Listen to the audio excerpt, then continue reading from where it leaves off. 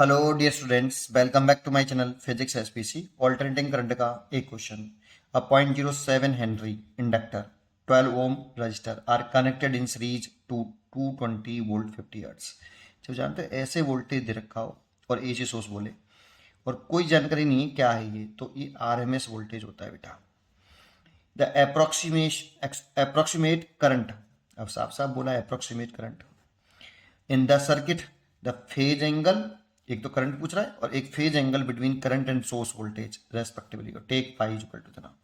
तो पहले डायग्राम बनाते हैं। एक तो इंडक्टर है बेटा आपका और एक रजिस्टर है और इसे किसी एसी सोर्स से जोड़ दिया है जिसका root mean square voltage V R M S 220 volt और फ्रीक्वेंसी 50 हर्ट्ज है और इसका सेल्फ इंडक्टेंस रखा है 0.07 हेनरी और रेजिस्टेंस रखा है 12 ओम।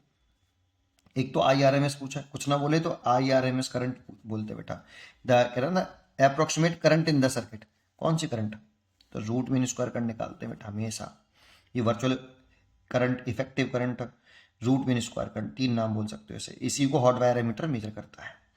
अच्छा, इसको मेजर करना है तो पहले सर्किट का जेड निकालना पड़ेगा।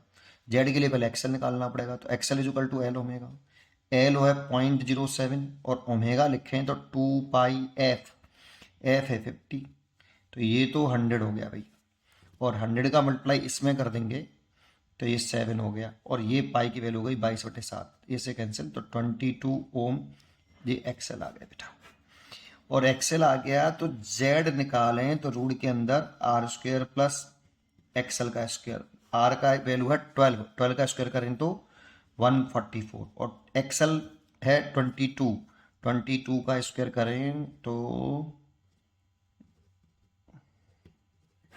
ये हो गया 4, 8 और 4, इन दोनों को ऐड करें 4, 8, 144, 8, 2 और ये 6, तो 628 ओम आ गया बेटा। इतना इम्पिडेंस आया बेटा, ठीक है। आई आर एम एस पूछ रहा है, खत्म। I R M S equal to क्या होता है, V R M S upon Z, total effective current, total voltage और total effective resistance, the whole circuit. ठीक है, तो आई आर एम एस ही पूछ रहा है। वी आर एम एस की वैल्यू कितनी है 220 वोल्ट और ये है रूट के अंदर 628। अब देखो यहाँ पे हमसे करंट कह रहे हैं ना, करंट अप्रोक्सीमेट कैलकुलेट करो, तो इससे नियरली आप 220 रूट के अंदर 625 एज्यूम कर लो। इसका रूट तो तुम जानते हो 25, तो 220 डिवाइड बाई 25। अब 25 में 220 का डिवाइड करेंगे तो 8 बच जाएगा, 200 हो गया। 20 उतारा, पॉइंट लगाया, फिर 200 हो गया, फिर 8 बच जाएगा एंड सो ऑन, ये 200 आ गया। तो 8.8 समथिंग करंट आ रहा है बेटा, 8.8 एम्पियर। तो देखो 88 है यहाँ, तो ये तो गलत है, ये सही है, यहाँ 0.88 है लेकिन इसमें भी है, तो बी चॉइस वैसे सही लग रही है मेरे को। इस पे भी है तो उसको भी देख लेते हैं। पहले फेज डिफरेंस भी निकालना पड़ेगा। फेज एंगल कैलकुलेट करें, कैसे करें जरा वो समझ लेते हैं।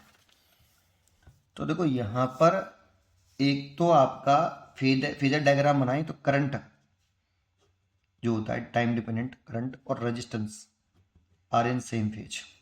ये आपको फेजर रूल पता होगा कि करंट एंड रेजिस्टेंस के अक्रॉस जो वोल्टेज होते हैं और करंट जो होता है वो सेम फेज में होते हैं और इंडक्टर में करंट से जो वोल्टेज होता है वो लीड करता है बेटा 90 डिग्री। तो इसका फेजर डायग्राम बनाएं तो कुछ इस तरह से बनेगा आपका आई आर और ये एक्सएल और ये आपका Z, this is a phase angle.